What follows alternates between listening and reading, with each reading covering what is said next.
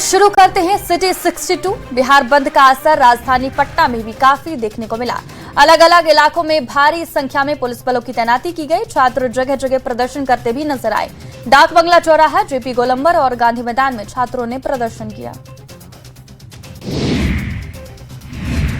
बिहार बंद के दौरान छपरा में जमकर हंगामा हुआ। नगर पालिका चौक पर उपद्रवियों ने पुलिस की गाड़ी में आग लगा दी, जिससे इलाके में अफरा तफरी का माहौल बन गया। मौके पर पुलिस बल तैनात कर स्थिति को नियंत्रित किया गया।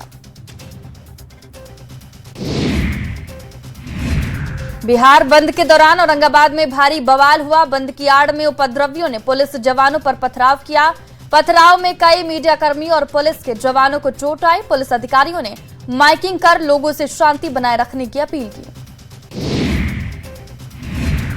सीतामढ़ी में नीट परीक्षा पेपर लीक मामले को लेकर छात्रों ने उग्र प्रदर्शन किया। जिला मुख्यालय के आसपास प्रदर्शनकारियों ने जमकर हंगामा किया और पुलिस पर पथराव शुरू कर दिया। उपद्रव में सीतामढ़ी के एसपी अमित रंजन सहित कई महिला और पुरुष पुलिसकर्मी घायल हो गए। सहरसा में बिहार बंद के दौरान छात्रों ने जोरदार प्रदर्शन किया। छात्रों ने नीट पेपर लीक मामले को लेकर प्रदर्शन किया। प्रदर्शन के दौरान गंगजला ढाला का फाटक तोड़ दिया गया और उपद्रवियों ने पुलिस पर पथराव किया। पुलिस ने हालात बिगड़ने पर लाठीचार्ज किया। बेतिया में बिहार बंद के दौरान मोहर्रम चौक पर प्रदर्शनकारियों और पुलिस के बीच झड़प हो गई। उपद्रवियों ने पुलिस पर पथराव किया, जिसके बाद पुलिस जवानों ने कार्रवाई करते हुए सभी को खदेड़ दिया। घटना के दौरान इलाके में काफी देर तक अफरा तफरी का माहौल बना रहा। समस्तीपुर में पटेल मैदान गोलंबर से लेकर समाहरणालय तक छात्रों ने प्रदर्शन किया। प्रदर्शन कर रहे छात्रों को प्रशासन की टीम सरकारी बस स्टैंड कैंपस में ले गई। प्रशासन ने गिरफ्तारी करने की तैयारी की, तब प्रदर्शनकारी वहां से भागने लगे। पुलिसकर्मियों ने कुछ प्रदर्शनकारियों को पकड़कर बस में चढ़ाया। भागलपुर में बिहार बंद के दौरान छात्रों ने जोरदार प्रदर्शन किया। बड़ी संख्या में प्रदर्शनकारी स्टेशन चौक पहुंचे, जहां जमकर हंगामा हुआ। प्रदर्शन के दौरान पथराव और बवाल की घटनाओं से इलाके में काफी देर तक अफरा तफरी का माहौल बना रहा। पूर्णिया में छात्र आंदोलन के दौरान कुछ उपद्रवियों ने माहौल बिगाड़ दिया। डीएम और एसएसपी के समझाने के बावजूद कुछ लोग सड़क पर उतर आए और पुलिस पर पथराव किया। हालात बिगड़ने पर पुलिस ने लाठीचार्ज कर कई लोगों को हिरासत में लिया। दानापुर में बेकाबू ऑटो पानी से भरे गड्ढे में पलट गया। पानी में तार का करंट फैलने से 3 लोगों की मौके पर ही मौत हो गई। घटना मनेर थाना क्षेत्र के व्यापुर गांव की है। हादसे के वक्त ऑटो में 7 लोग सवार थे। घायलों को पीएचसी में भर्ती कराया गया। सासाराम में बच्चों से भरी स्कूल बस पानी भरे गड्ढे में पलट गई। घटना कोचस थाना क्षेत्र के जलालपुर की है। हादसे में बस चालक सहित 29 बच्चे अधिक रूप से घायल हो गए। स्थानीय लोगों ने बस में फंसे बच्चों को सुरक्षित बाहर निकाला और अस्पताल भेजा। जमुई में विद्यालय में हेडमास्टर पर बच्चों के साथ गलत व्यवहार करने का आरोप लगा। खैरमा मोहल्ले के उत्क्रमित मध्य विद्यालय में हेडमास्टर के खिलाफ ग्रामीणों ने जमकर हंगामा किया। आक्रोशित लोगों ने हेडमास्टर को स्कूल परिसर में बंधक बना लिया।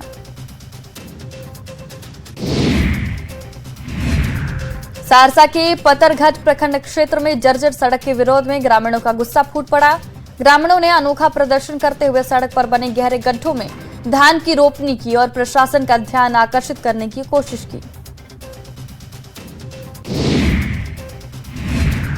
पूर्णिया में जमीन विवाद में एक सरकारी शिक्षक की पीट कर हत्या कर दी गई। घटना कटिहार जिले के सुधानी थाना क्षेत्र की है। 2 एकड़ जमीन को लेकर विवाद हुआ, जिसके बाद मृतक के मामा समेत 8-10 लोगों ने उसकी बेरहमी से पिटाई कर दी।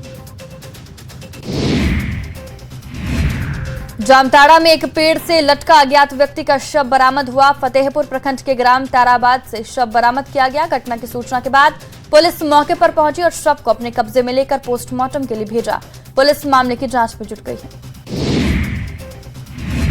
शेखपुरा के नगर थाना क्षेत्र के सदर अस्पताल के पास मछली विक्रेताओं के 2 पक्षों के बीच आपसी विवाद ने हिंसक रूप ले लिया। देखते ही देखते दोनों पक्षों के बीच चाकूबाजी शुरू हो गई, जिसमें कई लोग घायल हो गए। गोपालगंज में जहरीले सांप का कहर बढ़ रहा है। बीते 24 घंटे में सांप के डसने से एक महिला और एक बच्चे की मौत हो गई। जबकि 20 से ज्यादा लोगों का सरकारी अस्पताल में इलाज चल रहा है। सर्पदंश के ज्यादातर मामले ग्रामीणों इलाकों से आ रही हैं। आरा में प्रदर्शन के दौरान रेलवे स्टेशन में घुसकर प्रदर्शनकारियों ने जमकर बवाल किया। इस दौरान स्टेशन परिसर में घुस रहे प्रदर्शनकारी को आरपीएफ ने रोकने की कोशिश की, जिसके बाद प्रदर्शनकारी और आरपीएफ के बीच धक्का मुक्की हो गई।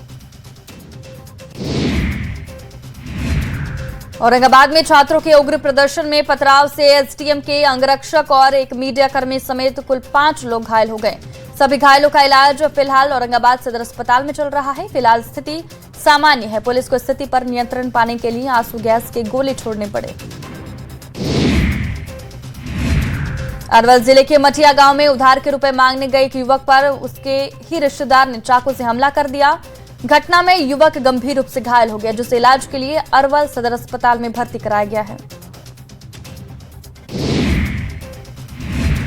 चाईबासा के कराईकेला थाना पुलिस ने एक युवक को अवैध हथियार के साथ गिरफ्तार किया। आरोपी के पास से एक देसी कट्टा, एक मोबाइल फोन और एक बाइक बरामद की है। संदिग्ध युवक हथियार लेकर घूम रहा था। जामताड़ा के सिमला डांगला गांव में पेयजल संकट गहराता जा रहा है। जगाधरी मंदिर के सामने लगा सार्वजनिक चापाकल पिछले करीब 1.5 महीने से खराब पड़ा है, जिससे स्थानीय लोगों को पानी के लिए भारी परेशानी का सामना करना पड़ रहा है। जामताड़ा के फतेहपुर प्रखंड मुख्यालय में आयोजित ड्राइविंग लाइसेंस शिविर में आवेदन जमा करने को लेकर हंगामे की स्थिति उत्पन्न हो गई। बड़ी संख्या में पहुंचे आवेदकों ने आरोप लगाया कि शिविर में सीमित संख्या में ही आवेदन स्वीकार किए जा रहे हैं। धनबाद जिले के सभी प्रखंड में स्थित जेएफसीआई गोदाम में काम करने वाले मजदूर मोटिया के सामने बेरोजगारी की स्थिति आ गई है। नई नीति के तहत अब एफसीआई गोदाम से पीडीएस दुकानदारों को अनाज पहुंचाया जाएगा। इससे काम करने वाले लोगों पर संकट मंडरा रहा है। गुमला जिले के डुमरी से जेम्स एक्का का शव बरामद किया गया। मृतक 3 दिन से लापता था। मृतक के परिजनों ने पैर फिसलने से कुएं में गिरने की आशंका जताई है। हजारीबाग पुलिस ने आम लोगों का विश्वास मजबूत करने की दिशा में एक सराहनीय पहल शुरू की। ऑपरेशन भरोसा के तहत 100 से अधिक गुम हुए मोबाइल फोन उनके वास्तविक मालिकों को वापस कर दिए गए हैं। मध्य प्रदेश के जबलपुर में हुए करीब 14 किलो सोना और 5 लाख रुपए की लूटकांड की जांच अब गया जिले के इमामगंज पहुंच गई है। मध्य प्रदेश एसटीएफ, बिहार एसटीएफ और इमामगंज पुलिस की संयुक्त टीम ने रानीगंज बाजार स्थित प्रेम ज्वेलर्स में छापेमारी की। पटना नगर निगम के दैनिक सफाई कर्मियों का नियमितकरण किए जाने समेत विभिन्न मांगों को लेकर 30 जुलाई से अनिश्चितकालीन हड़ताल होगा। शनिवार को कर्मियों ने ध्यान अपनी ओर खींचने के लिए सरकार के खिलाफ जमकर नारेबाजी की। वैशाली में किन्नर की गाड़ी से लगभग 1.5 करोड़ के आभूषण और नकद चोरी होने के मामले में पुलिस ने अब तक कोई कार्रवाई नहीं की है, जिसके बाद नाराज किन्नरों ने जिला समाहरणालय का घेराव किया। किन्नरों ने घंटों तक प्रदर्शन किया। महाराष्ट्र में टीईटी पेपर लीक केस का मुख्य आरोपी पुलिस के हत्थे चढ़ गया। पेपर लीक के मास्टरमाइंड विजेंद्र कुमार गुप्ता को बिहार से गिरफ्तार किया गया। महाराष्ट्र की ठाणे पुलिस आरोपी को वापस लेकर गई। बता दें कि 28 जून को महाराष्ट्र में टीईटी की परीक्षा होने वाली थी, लेकिन 27 जून को पेपर लीक हो गया था।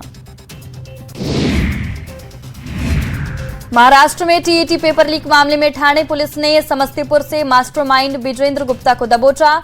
विजेंद्र गुप्ता का नाम कई पेपर लीक में आ चुका है। विजेंद्र गुप्ता का नाम बीपीएससी शिक्षक बहाली, नीट यूजी और ओडिशा में एसएससी के पेपर लीक मामले में आ चुका है।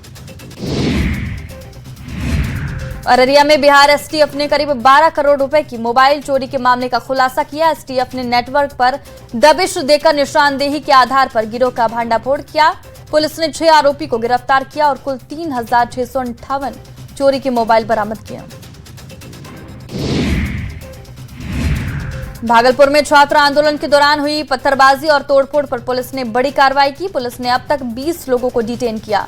पुलिस आंदोलन की आड़ में उपद्रव करने वालों की पहचान करने में जुट गई है। उपद्रव करने वालों पर बड़ी कार्रवाई होगी। मोतिहारी में पुलिस ने नशे के खिलाफ बड़ी कार्रवाई की है। पुलिस ने 20 लाख रुपए की अफीम के साथ 2 नेपाली महिला तस्करों को गिरफ्तार किया। पुलिस ने गुप्त सूचना के आधार पर बड़ी कार्रवाई की और घोड़ा सहन थाना के इलाके से महिलाओं को गिरफ्तार किया। कटिहार के विधायक तारकिशोर प्रसाद ने केंद्रीय शिक्षा मंत्री धर्मेंद्र प्रधान के इस्तीफे पर बयान दिया। उन्होंने कहा कि बीजेपी के नेता और कार्यकर्ता केवल सत्ता के लिए नहीं बल्कि सेवा भावना के साथ काम करते हैं। धर्मेंद्र प्रधान ने अपने विवेक से इस्तीफा दिया है।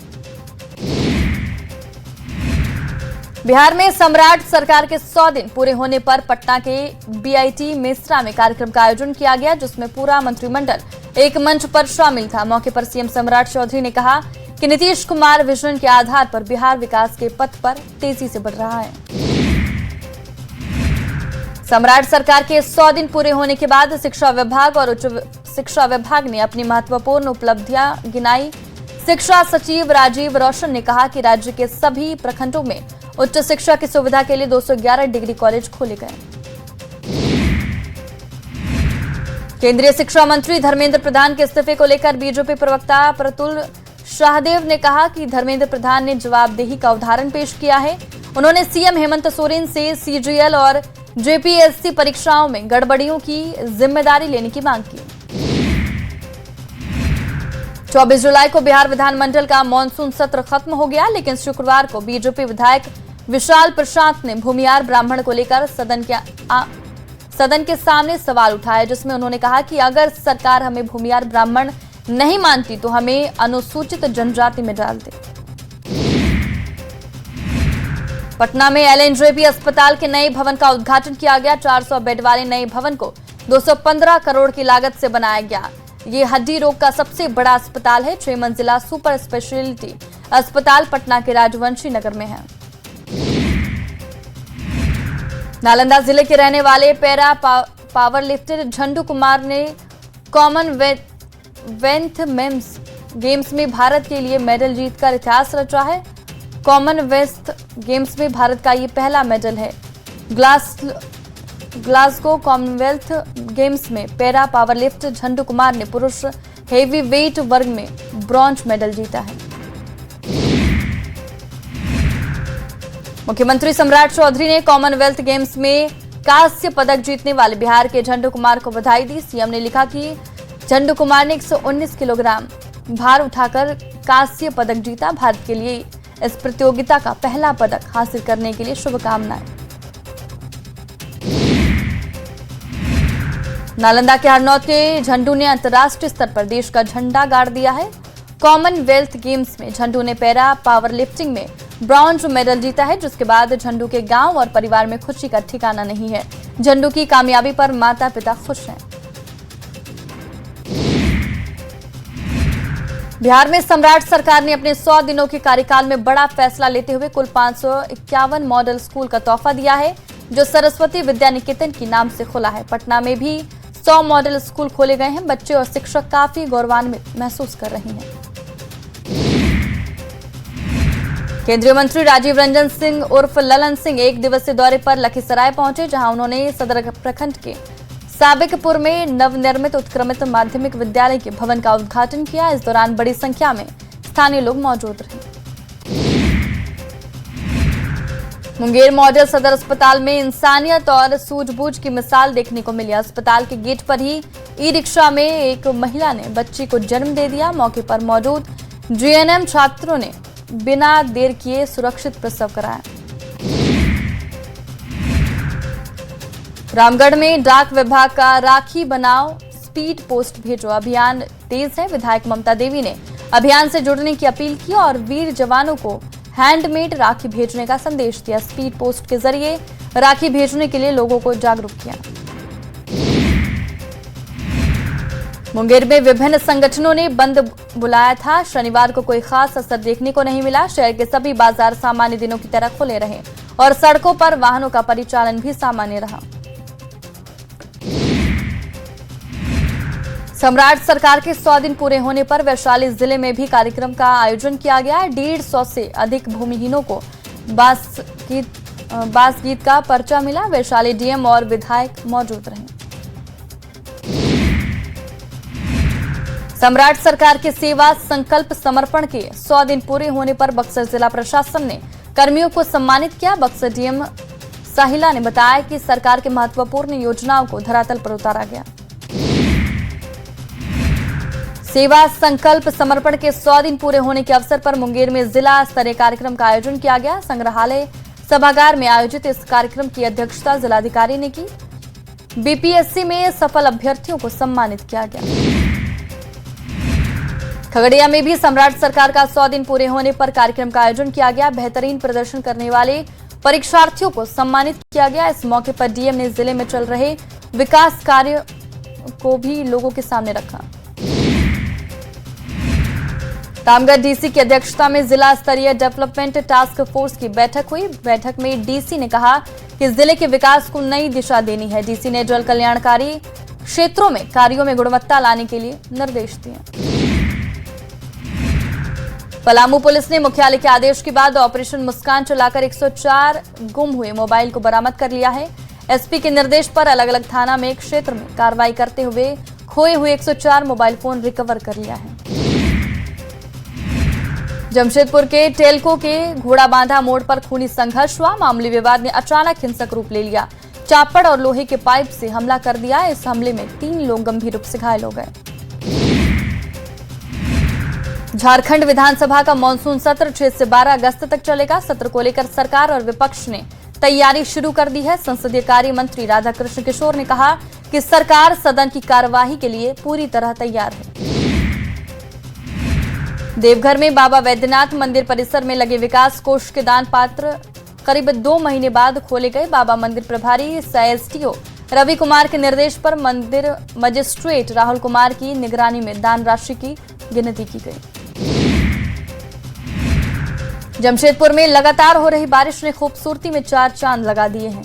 डिमना लेक और उसके आसपास का इलाका इन दिनों किसी पहाड़ी पर्यटन स्थल जैसा ही नजर आ रहा है। पहाड़ियों पर छाए बादल और हरियाली लोगों को अपनी ओर आकर्षित कर रही है। रामगढ़ में कमजोर मानसून और कम बारिश का असर पतरातू डैम के जलस्तर पर पड़ रहा है। वर्तमान में डैम का जलस्तर 1319 आरआरएल है, जो पिछले साल की तुलना में कम है। इस मानसून में अब तक सिर्फ 308.5 mm बारिश दर्ज की गई है। बोकारो में बीएसएल के दिवंगत कर्मी सुभाष चंद्र मोदी के परिजनों का आंदोलन तेज हो गया है।